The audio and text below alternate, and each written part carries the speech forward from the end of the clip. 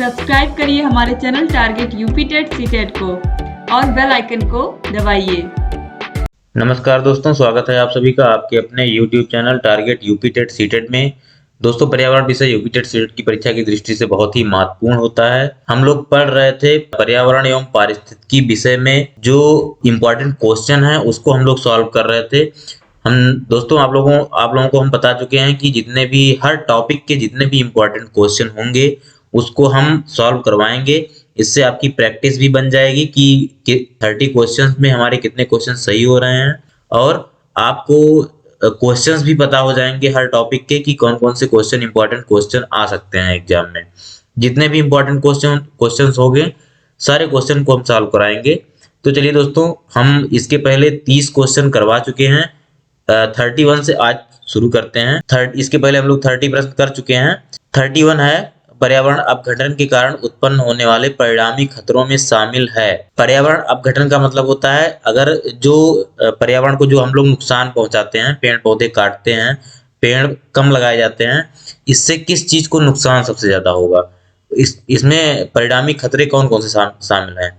तो भूस्खलन हो गया, बाढ़ एवं सूखा है, वनों में अग्नि दुर्घटनाएं, उपरोक्त सभी। इसमें से दोस्तों भूस्खलन नहीं हो सकता है, वनों में अग्नि दुर्घटनाएं नहीं हो सकती हैं, उपरोक्त सभी तो हो ही नहीं सकता है। इसलिए इसका ऑप्शन बी सही है, बाढ़ एवं सूखा। पर्यावरण अपघटन के कारण बाढ़ एवं सूखा सबसे ज्यादा खतरा बाढ़ एवं सूखा का ही हो जाता है। अगला प्रश्न है 32, पर्यावरण जागरूकता को बढ़ावा देने के उद्देश्य से निम्न में से कौन सी प्रतियोगिता का आयोजन किया जाता है। पर्यावरण जागरूकता को बढ़ावा देने के उद्देश्य से कौन सी प्रतियोगिता का आयोजन किया जाता है। तो ये दोस्तों इसमें 4 ऑप्शन दिए गए, वन महोत्सव, पर्यावरण संबंधी प्रदर्शनी, पर्यावरण दिवस समारोह। तो इसमें आपका ये ऑप्शन सही हो जाएगा, ग्रीन ओलंपियाड। ग्रीन ओलंपियाड अगर इस तरह से क्वेश्चन आते हैं, वैसे इसमें जो भी ऑप्शन दिए गए हैं वो लगभग इस तरह से ऐसे लगता है कि सारे ऑप्शन सही हैं। वन महोत्सव भी मनाया जा सकता है, पर्यावरण संबंधी प्रदर्शनी भी लगाई जा सकती है पर्यावरण को जागरूकता बढ़ाने के लिए, पर्यावरण दिवस समारोह भी मनाया जा सकता है। तो ये सारे ऑप्शन सही लग रहे हैं, लेकिन जो सबसे इसमें सटीक आंसर है वो क्या है, ग्रीन ओलंपियाड है। अगला क्वेश्चन है दोस्तों, क्वेश्चन नंबर 33, स्कूलों में पर्यावरण के प्रति जागरूकता लाने हेतु छात्रों की मानसिकता में बदलाव लाने में कौन सी रणनीति कारगर सिद्ध होगी। पहला है खेल प्रतियोगिता का आयोजन, दूसरा है पाठ्यक्रम में बदलाव तथा गैर शैक्षिक तथा रचनात्मक क्रियाकलापों को शामिल करके, परीक्षा के माध्यम से, इनमें से कोई नहीं। दोस्तों इसमें एक चीज आप लोग थोड़ा सा ध्यान दीजिएगा, अगर 4 विकल्प इस तरह से दिए गए तो पहले एक बार क्वेश्चन को आप एक बार नहीं 2 बार पढ़िए उसको, उसके बाद देखिए क्वेश्चन कहना क्या चाह रहा है, फिर उसका आंसर देखिए आप। तो इसमें पहला है खेल प्रतियोगिता का आयोजन, तो खेल प्रतियोगिता का आयोजन करके आप पर्यावरण की जागरूकता को नहीं बढ़ा सकते हैं। दूसरा है पाठ्यक्रम में बदलाव तथा गैर शैक्षिक तथा रचनात्मक क्रियाकलापों को शामिल करके, और तीसरा है परीक्षा के माध्यम से। परीक्षा के माध्यम से भी नहीं हो सकता है, इनमें से कोई नहीं। ऑप्शन बी इसमें सही है, पाठ्यक्रम में बदलाव करके तथा गैर शैक्षिक तथा रचनात्मक क्रियाकलापों को शामिल करके। गैर शैक्षिक जैसे पर्यावरण के प्रति पर्यावरण रैली निकालिए और तमाम प्रकार की प्रदर्शनी होती है और तमाम क्रियाकलाप होते हैं जिनको आप इसमें शामिल कर सकते हैं, और पाठ्यक्रम में भी आप पर्यावरण विषय को बढ़ावा दे करके शामिल कर सकते हैं। अगला प्रश्न है 34, इनमें से कौन एक पर्यावरण समस्या नहीं है।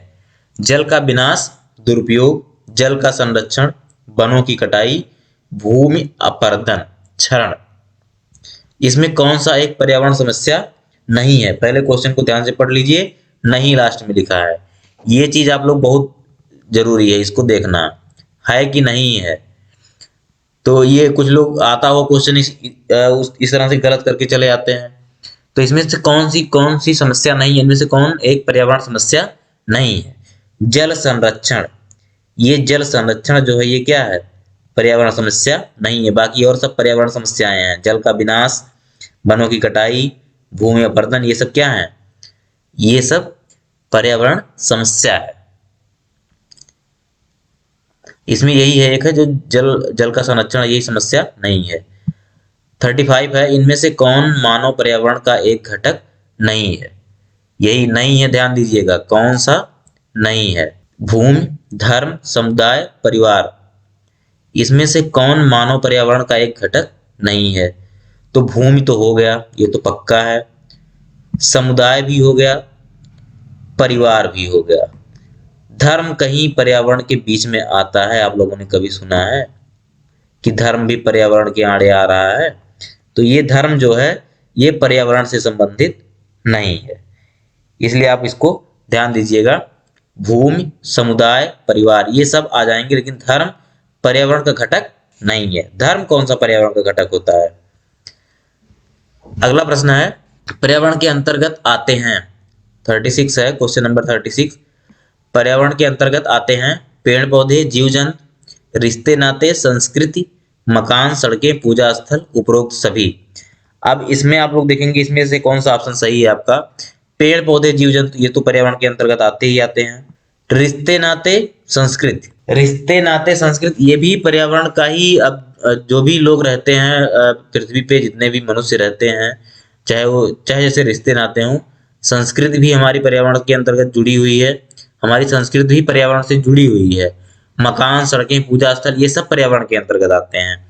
तो ये सब क्या हो, ये इसमें क्या सही हो जाएगा? ऑप्शन नंबर 4, उपरोक्त सभी। 37, क्वेश्चन नंबर 37, ऊर्जा का पिरामिड कैसा होता है? सीधा, उल्टा, अनियमित, इनमें से कोई नहीं। तो इसमें आपका कौन सा ऑप्शन सही हो जाएगा? ऊर्जा का जो पिरामिड होता है वो हमेशा क्या होता है? सीधा होता है। क्या होता है? सीधा होता है। अगला क्वेश्चन है दोस्तों, प्राकृतिक एवं सामाजिक सांस्कृतिक पर्यावरण के बीच अंतःक्रिया का उदाहरण है। प्राकृतिक एवं सामाजिक सांस्कृतिक पर्यावरण के बीच अंतःक्रिया का उदाहरण। तो इसमें पहला ऑप्शन है वनों की कटाई, शिकार, निर्माण कार्य, उपरोक्त सभी। अब इसमें से पहले ऑप्शन को आप लोग ध्यान से देखिए, क्या क्या ऑप्शन दिए गए हैं। वनों की कटाई, शिकार, निर्माण कार्य, उपरोक्त सभी। अब क्वेश्चन को देखिए, प्राकृतिक एवं सामाजिक सांस्कृतिक पर्यावरण के बीच अंतःक्रिया। तो इसमें वनों की कटाई भी है, शिकार भी है और निर्माण कार्य भी है।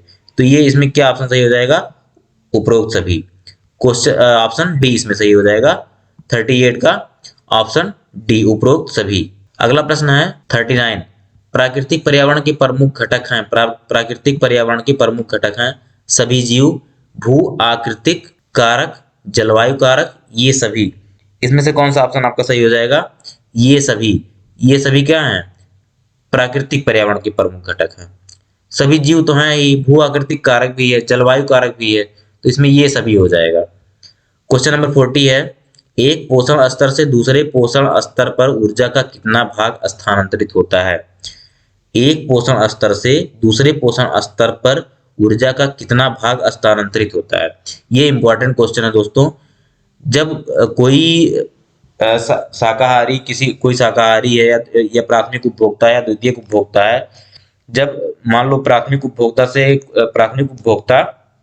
द्वितीयक उपभोक्ता किसी प्राथमिक उपभोक्ता का भक्षण करता है, तो उसमें कितना ऊर्जा मतलब पोषण स्तर से कितना ऊर्जा स्थानांतरित होता है? तो इसमें आपका कौन सा ऑप्शन सही हो जाएगा? 40 का 10%। कितना परसेंट? 10% ऊर्जा का स्थानांतरण होता है। ये आप क्वेश्चन आप लोग ध्यान दीजिएगा, कितना परसेंट ऊर्जा का स्थानांतरण होता है? 10% का। अगला प्रश्न है दोस्तों, खाद्य श्रृंखला में ऊर्जा का प्रवाह होता है। खाद्य श्रृंखला में ऊर्जा का प्रवाह कैसा होता है? एक दिशीय होता है, बहुदिशीय होता है, चक्रीय होता है या उभय दिशीय होता है? किस प्रकार का होता है? तो इसमें जो खाद्य श्रृंखला में ऊर्जा का प्रवाह होता है वो एक दिशीय होता है। क्या होता है? एक दिशीय। इसका ऑप्शन ए सही हो जाएगा। अगला प्रश्न है 42, पारितंत्र में ऊर्जा का प्राथमिक स्रोत क्या है? पारितंत्र में या पारिस्थितिक तंत्र में ऊर्जा का प्राथमिक स्रोत क्या है? तो इसमें हम आपसे बताए हैं कि अगर ऑप्शन में सूर्य का प्रकाश दिया है और ऊर्जा के स्रोत की, क्वेश्चन में ऊर्जा के स्रोत की बात हुई है, तो आप आंख बंद करके सूर्य का प्रकाश लगा दीजिए, आपको खोजने की जरूरत नहीं है। अगला प्रश्न है दोस्तों, निम्न में से कौन सा पर्यावरण अध्ययन का घटक नहीं है? ये नहीं है, बहुत इसको ध्यान दीजिएगा आप लोग, नहीं है। मानव, वायुमंडल, जलमंडल, सौरमंडल। निम्न में से कौन सा पर्यावरण अध्ययन का घटक नहीं है? तो इसमें मानव तो है ही, वायुमंडल तो है ही, जलमंडल भी पर्यावरण से रिलेटेड ही होता है, सौर मंडल इसमें एक ऐसा है जो पर्यावरण से रिलेटेड नहीं है। तो इसमें ऑप्शन डी सही हो जाएगा। तो इसमें पर्यावरण अध्ययन में सौर मंडल का अध्ययन नहीं, इससे रिलेटेड नहीं है। अगला प्रश्न है क्वेश्चन नंबर 44। पर्यावरणीय असंतुलन का कारण है। पर्यावरणीय असंतुलन का कारण क्या है? पर्यावरणीय चेतना का अभाव, भौतिकवादी सोच, भोगवादी प्रवृत्ति, इनमें से सभी। तो इसमें आपका कौन सा ऑप्शन सही हो जाएगा? इनमें से सभी। ये सभी ऑप्शन जो हैं ये पर्यावरण असंतुलन का कारण है। पर्यावरणीय चेतना का अभाव, अगर किसी भी व्यक्ति को पर्यावरणीय चेतना के बारे में जानकारी नहीं है कि पर्यावरण को हमें कैसे बचाना है, पेड़ पौधे लगाना चाहिए, पर्यावरण को नुकसान नहीं पहुंचाना चाहिए, हरे पेड़ पौधों को नहीं काटना चाहिए, तो ये इन सब चीजों को की जानकारी अगर जिसको नहीं है वो पर्यावरण का असंतुलन ही करेगा। भौतिकवादी सोच भी है, भोगवादी प्रवृत्ति भी ऐसे ही है। अगला क्वेश्चन है 45। पर्यावरण एक स्रोत है, अधिगम का, औषधि का, ऊर्जा का, इनमें से सभी। पर्यावरण एक स्रोत है किस चीज का? अधिगम का, औषधि का, ऊर्जा का, इनमें से। तो इसमें ऑप्शन डी सही हो जाएगा, इनमें से सभी, इन सभी का स्रोत है पर्यावरण। अगला प्रश्न है क्वेश्चन नंबर 46। 10% नियम दिया गया। 10% नियम किसने दिया था? 10% रूल किसने दिया था? 4 ऑप्शन है इसमें, लिंडमान द्वारा, गोल्डमान द्वारा, बैकमान द्वारा, इनमें से कोई नहीं। इसमें आपका ऑप्शन ए सही हो जाएगा, लिंडमान द्वारा। अगला क्वेश्चन है 47। जैविक पर्यावरण में शामिल है उत्पादक, उपभोक्ता, अपघटक, उपरोक्त सभी। जैविक पर्यावरण में कौन कौन से शामिल हैं? तो इसमें उत्पादक भी शामिल है, उपभोक्ता भी शामिल है, अपघटक भी शामिल है। तो इसका ऑप्शन डी सही हो जाएगा। अगला प्रश्न है दोस्तों क्वेश्चन नंबर 48। ऊर्जा संवहन के निम्नलिखित आरेख को ध्यानपूर्वक देखें। अब इस आरेख को आप लोग देखिए, 1 2 1 से ऊर्जा स्थानांतरित हो रहा है 2 को, और 2 से फिर डायरेक्ट स्थानांतरित हो रहा है किसको? 5 को। फिर 2 से 3 को हो रहा है, 3 से 4 को हो रहा है, 4 से 5 को हो रहा है, 3 से डायरेक्ट 5 को हो रहा है। ये आप लोग पहले देखिए, उपर्युक्त आरेख के आधार पर कौन सा विकल्प सही होगा। इसमें ऑप्शन दिया है 2 बकरी, 3 मनुष्य, 5 शेर। मतलब जो नंबरिंग किया गया है उसको माना गया है 2 नंबर क्या है? बकरी है, 3 नंबर क्या है? मनुष्य है, और 5 नंबर शेर है। ऑप्शन बी है नंबर 2 सूरज है, 3 बकरी है, 5 मनुष्य है। 1 सूरज है, 2 बकरी है, 5 मनुष्य है। 1 सूरज, 2 पौधा, 3 शेर। अब इसमें आपका कौन सा ऑप्शन सही हो जाएगा? तो इसमें आपका ऑप्शन नंबर सी सही होगा, 1 सूरज, उसके बाद में 2 पौधा, उसके बाद में 3 शेर। ओ 1 सूरज, 2 बकरी और 5 मनुष्य। इसमें आपका ऑप्शन सी सही हो जाएगा। इसको आप लोग ध्यान से देखिएगा। अगला प्रश्न है दोस्तों क्वेश्चन नंबर 49। निम्नलिखित विकल्पों में से कौन सा पर्यावरणीय मुद्दे हैं? क्वेश्चन नंबर 49 है, निम्नलिखित विकल्पों में से कौन से पर्यावरणीय मुद्दे हैं? इसमें पहले आप लोग ऑप्शन को ध्यान से देखिए। जल संरक्षण, जनसंख्या वृद्धि, कचरा निस्तारण, इसमें से कौन सा ऑप्शन सही है? तो इसमें दोस्तों जल संरक्षण है, कचरा निस्तारण है, और जनसंख्या वृद्धि है। अब क्वेश्चन को देखिए आप लोग, निम्नलिखित विकल्पों में से कौन से पर्यावरणीय मुद्दे हैं? तो इसमें जल संरक्षण भी पर्यावरणीय मुद्दा है, इसमें जल संरक्षण भी मुद्दा है, जनसंख्या वृद्धि भी है, और कचरा निस्तारण भी है। तो इसमें आपका पहला है, पहला और दूसरा, पहला, दूसरा और तीसरा, और डी है पहला, दूसरा और तीसरा। इसमें आपका ऑप्शन डी सही हो जाएगा, पहला, दूसरा और तीसरा, तीनों पर्यावरणीय मुद्दे हैं। ईबीएस एकीकरण है किसका? पारिस्थितिकी, विषाणु विज्ञान और विज्ञान का, विज्ञान और सामाजिक अध्ययन का, विज्ञान सामाजिक अध्ययन और पर्यावरण शिक्षा का, पर्यावरण विज्ञान और सामाजिक अध्ययन का। तो इसमें आपका ऑप्शन सी सही हो जाएगा, विज्ञान, सामाजिक अध्ययन और पर्यावरण शिक्षा का। ऑप्शन नंबर सी आपका राइट हो जाएगा। अगला प्रश्न है दोस्तों, क्वेश्चन नंबर 51। आप लोग वीडियो को लाइक बहुत कम करते हैं, प्लीज वीडियो को आप लोग लाइक जरूर किया करें, और जिसने भी अभी तक हमारे चैनल को सब्सक्राइब नहीं किया है वो चैनल को सब्सक्राइब जरूर कर लें। अगला क्वेश्चन है दोस्तों 51, पृथ्वी पर ऊर्जा का चरम स्रोत है। फिर वही देखिए, पवन, सूर्य, पौधे, जानवर। कितनी बार यही क्वेश्चन आ चुका है। क्वेश्चन घुमा करके पूछ सकता है, लेकिन आपका ऑप्शन नहीं बदलना चाहिए, ऑप्शन सूर्य ही रहेगा। अगला प्रश्न है, निम्नलिखित में से कौन सी खाद्य श्रृंखला घासीय मैदान की नहीं है? कीट, मेढक, सांप, खरगोश, लोमड़ी, शेर, प्लावक, मछली, व्हेल, चूहा, सांप, गिद्ध। अब इसमें से कौन सा सही है आपका आंसर? तो इसमें आप लोग ऑप्शन देख करके आप लोग समझ जाएंगे इसमें कौन सा ऑप्शन सही है। तो इसमें आपका ऑप्शन सी सही हो जाएगा, प्लावक, मछली और व्हेल। अगला प्रश्न है दोस्तों 53, अत्यधिक चारण का परिणाम है। अत्यधिक चारण का क्या परिणाम है? मृदा प्रदूषण, मृदा अपरदन, ताप प्रदूषण, जलवायु परिवर्तन। तो इसमें क्या होगा? अत्यधिक चारण से क्या होता है? मृदा का अपरदन होता है। क्या होता है? मृदा का अपरदन। अगला प्रश्न है दोस्तों क्वेश्चन नंबर 54, ह्यूमस निर्माण में कौन सहायक है? उत्पादक, अपघटक, उपभोक्ता, ये सभी। तो इसमें से ह्यूमस निर्माण में कौन सहायक है? अपघटक। ऑप्शन बी आपका सही हो जाएगा, अपघटक। अगला प्रश्न है 55, वनों के कटान के प्रमुख परिणाम। वनों के कटान के प्रमुख परिणाम क्या है? पहला है वन्य प्राणियों की प्राकृतिक आवास का विनाश। अगला है जल चक्रण पर प्रभाव, मृदा अपरदन। उपरोक्त में से कौन सा कथन सही है? इसमें से कौन सा कथन सही है? इसमें दोस्तों कौन सा पूछ रहा है, कौन सा कथन सही है? तो इसमें केवल फर्स्ट, केवल 3। तो आप लोग बताइए इसमें से कौन सा सही हो सकता है। दोस्तों इसमें क्वेश्चन थोड़ा सा कट गया है, यहाँ ऑप्शन बी है, ऑप्शन नंबर बी है यहाँ पे 1 और 2, 1 और 2, और ऑप्शन डी है, ऑप्शन नंबर डी है आपका 1, 2 और 3।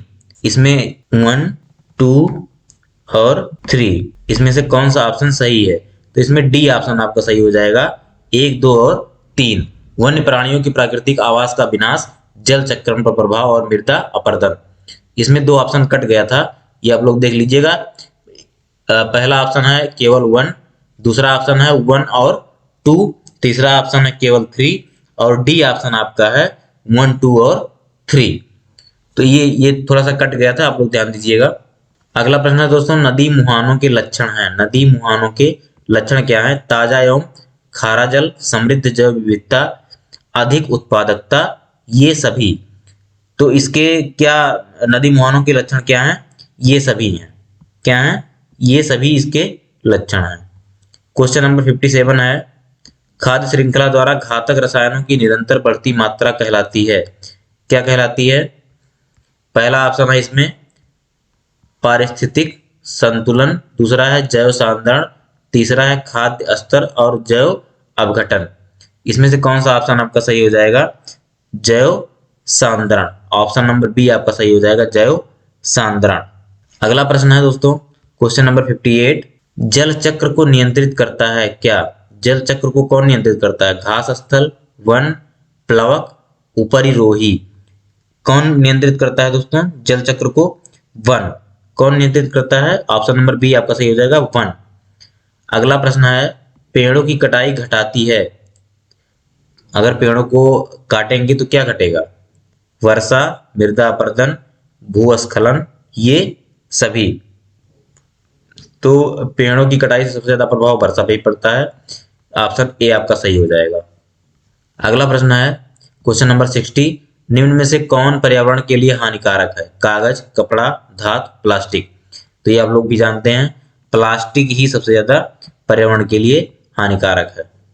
अगला प्रश्न है दोस्तों चिपको नारा पारिस्थितिकी की अस्थायी अर्थव्यवस्था है, किसने गढ़ा था? क्वेश्चन नंबर 61 है, चिपको नारा पारिस्थितिकी की अस्थायी अर्थव्यवस्था है, किसने गढ़ा था? सुंदरलाल बहुगुणा ने। किसने गढ़ा था? सुंदरलाल बहुगुणा ने। अगला प्रश्न है, आसपास के वातावरण में पशुओं और पौधों के संबंध के अध्ययन को क्या कहते हैं? पारिस्थितिकी विज्ञान, नृजाति विज्ञान, वंशावली विज्ञान, प्रतिभा शास्त्र विज्ञान। तो इसमें आपका क्या सही हो जाएगा? पारिस्थितिक विज्ञान। क्वेश्चन नंबर 62 का क्या हो जाएगा? पारिस्थितिक विज्ञान। क्वेश्चन नंबर 63 है, इकोलॉजी शब्द की रचना किसने की थी? इकोलॉजी शब्द की रचना किसने की थी? 63 ये तो बहुत पहले से पढ़ाया चुका है, पढ़ाया भी है इसको। अर्नेस्ट हाइकल ने। किसने किया था? अर्नेस्ट हाइकल ने। क्वेश्चन नंबर 64 है, निम्न में से किसे अजैविक पर्यावरण के एक भाग के रूप में नहीं माना जाता है? पौधे, वायु, पानी, मिट्टी। निम्न में से किसे अजैविक पर्यावरण के एक भाग के रूप में नहीं माना जाता है? तो इसमें आपका कौन सा ऑप्शन सही हो जाएगा? पौधे अजैविक पर्यावरण के एक भाग के रूप में पौधों को नहीं माना जाता है। अगला प्रश्न है 65, जीवाणु के वातावरण के जीवित भाग को क्या कहते हैं? अजैविक कारक, आवास, जैविक कारक, आजीवित कारक। तो इसका कौन सा ऑप्शन सही हो जाएगा? जैविक कारक। ऑप्शन सी इसका सही हो जाएगा। दोस्तों अब इस वीडियो में बस इतना ही। उम्मीद करते हैं आप लोग अपना कमेंट करके अपना अपना नंबर बताइएगा कितना क्वेश्चन किसका सही हो रहा है, और वीडियो को लाइक जरूर कीजिएगा और अपने दोस्तों के साथ शेयर भी कीजिएगा। और फिर अगले टॉपिक के साथ हम लोग नेक्स्ट वीडियो में मिलेंगे। तब तक के लिए बहुत बहुत धन्यवाद।